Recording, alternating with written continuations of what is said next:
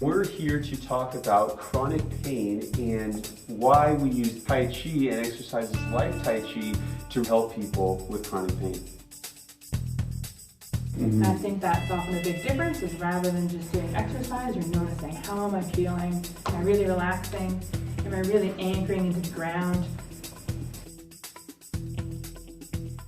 When your nervous system can tell, hey, he really listens to me, I like to call that positive movement experience. Hi, I'm Jenna Peters, physiotherapist here at Tall Tree James Bay, and I'm here with Coach Gabriel Shaw, who's a Tai Chi coach and kinesiologist at movespace.com. Certain principles of Tai Chi and any exercise that incorporates these principles can be especially helpful. So the idea is that these principles could be applied to any activity that could help chronic pain. Yeah. But it just happens to be Tai Chi is a really good example of them. Yeah. So the first thing that we're talking about is finding the edge, okay? So a couple things that are important to know when we talk about finding the edge, and one of the reasons why that we like Tai Chi for finding the edge or Tai Chi for chronic pain is because if we're going to do something where we're finding the edge, then we need to do something that is low impact or maybe low intensity, okay? So in other words, if I'm going to be holding something that's very, very heavy or moving at a really, really high speed, then that's going to make it harder for me, right, to know where that edge is. So doing something that's low impact or low intensity, or maybe you might even say like just slower. Yeah, anything it can be helpful. Where you can pay attention. Anything where you can pay attention, or you might say like mindful. Particularly if we're talking about persistent pain, the issue is it sometimes is not as predictable as you think it's going to be and may not be able to tell till after. So that's probably where this would be applicable for needing to be able to pay attention in the moment. So the second thing that we talked about, which is an important principle for dealing with chronic pain with any type of exercise, is repetition. And we talked about that repetition in terms of that adaptation. Remember that Jenna was talking about. You need a minimum amount of load to facilitate the adaptation we talked about, muscles, ligaments, bones, tendons.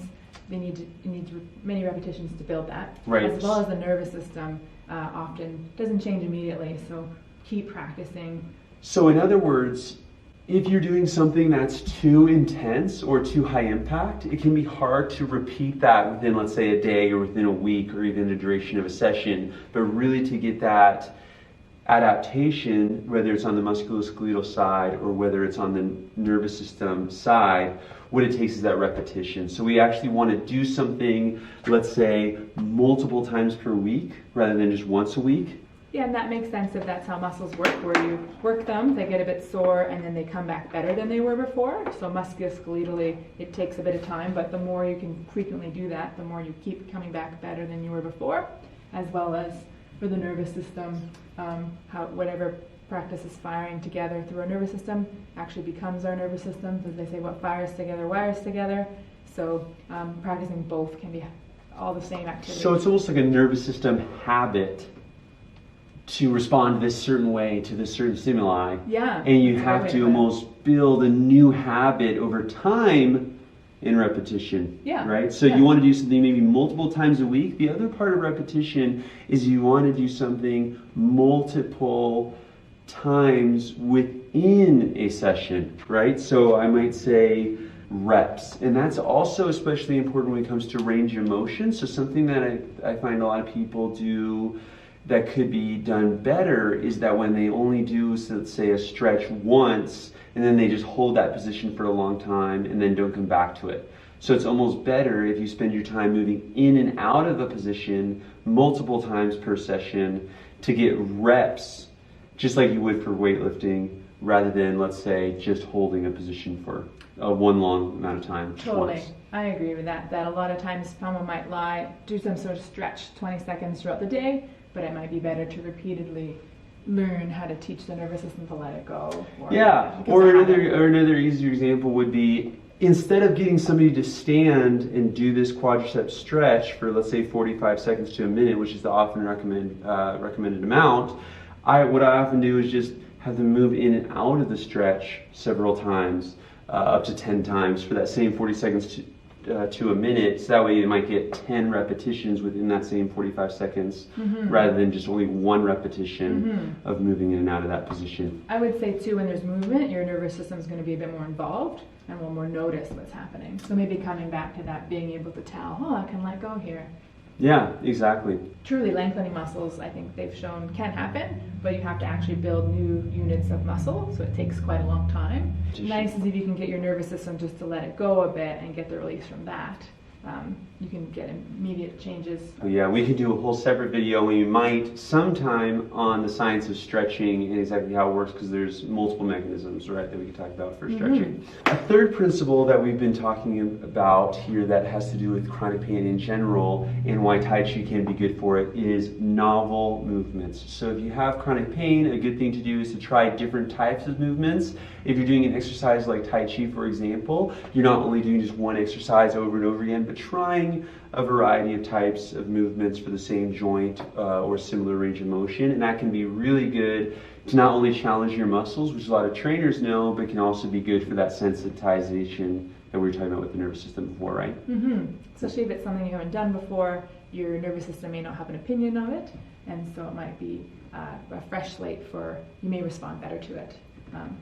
Exactly, if the response better. Good. And then we talked about a fourth principle here. Yeah, really wanting to feel like you're actually relaxing and creating a feeling of safety. What we know about pain is pain actually increases when people don't feel safe, so things that make them feel not good, and so we're trying to increase the things that make us feel safe. So sometimes they say for pain that it exists when danger is greater than the feeling of safety. So our fourth approach is really relaxation to really increase that feeling of safety in your body and in your nervous system. And I really like what Jenna was just saying about how safety can be created within the body. Okay, so when we're talking about relaxation in Tai Chi, yes, we are relaxing our body actively in Tai Chi, which is why Tai Chi can be good for especially with someone with persistent pain, but you can also create a feeling of safety by doing those repetitions, for example, learning how to activate the proper muscles, learning the proper biomechanics.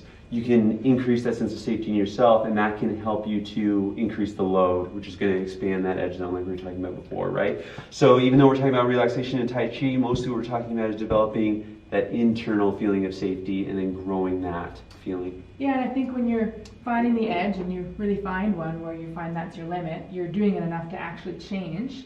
It's interesting, and you might learn ways to help you relax and feel more safe. That feels really good. Wow, I feel better, I can go farther, that worked. That's an amazing feeling that then just keeps going forward. And then if you keep that, repeating that, that's a recipe for working with chronic pain. Yeah, totally, because often it's feeling like it's going the other way. You're doing stuff, you feel like you're getting worse. Exactly. It's more sensitive, you get frustrated, but we can totally reverse that. Not saying it's easy, it often takes a lot of time and finding that balance, and that's never easy, but people are able to do it and get changes. Exactly, especially with a little bit of guidance and support. What we're talking about here is movement principles for chronic pain, okay? And often we like to call it persistent pain to acknowledge that it's persistent, but it could still change. So even though we may be talking about some things that are Tai Chi specific, and why Jenna and I, as physiotherapists and kinesiologists, often use Tai Chi movements for our chronic pain people. At the same time, any type of movement practice that you're going to use for your chronic pain, want to make sure you're incorporating some of these principles. And if in your conditioning or in your training you're not incorporating these principles, it might mean that there's something better that you can be doing if your main goal is to work with that persistent pain. Yeah, and I'd even say, even if the pain's not persistent, just regular aches and things that we get. I've never met anyone too relaxed or too strong, and so just that idea we can adapt to whatever our goals are that we want to do. So all of us have things we wish we could do but are maybe struggling with. We're also talking about the little nagging pains that keep us from improving our activity. Then in your cross-training or in your rehab, you want to make sure to incorporate some of these principles so that you can adapt to get better at your activity. That can be also a persistent pain. Yeah, right? Yeah. Okay, so now let's give people an example of some of those principles that we were just talking about for chronic pain and get everyone at home to get up off your chair. So if you need some more help in addressing your chronic pain, I definitely recommend that you come see Jenna or any of the excellent physiotherapists or kinesiologists here at Tall Tree Health in James Bay, Victoria. If you are looking for more resources to help you improve your activities at home, check us out on movespace.com. Thanks, Gabe. Thanks a lot. Yeah, it's great. Yeah. So, and it's Yeah. also nice, just like mental. We're getting into the video now. Yeah. Does that make sense? Yeah. Yeah? You want to do it? Okay.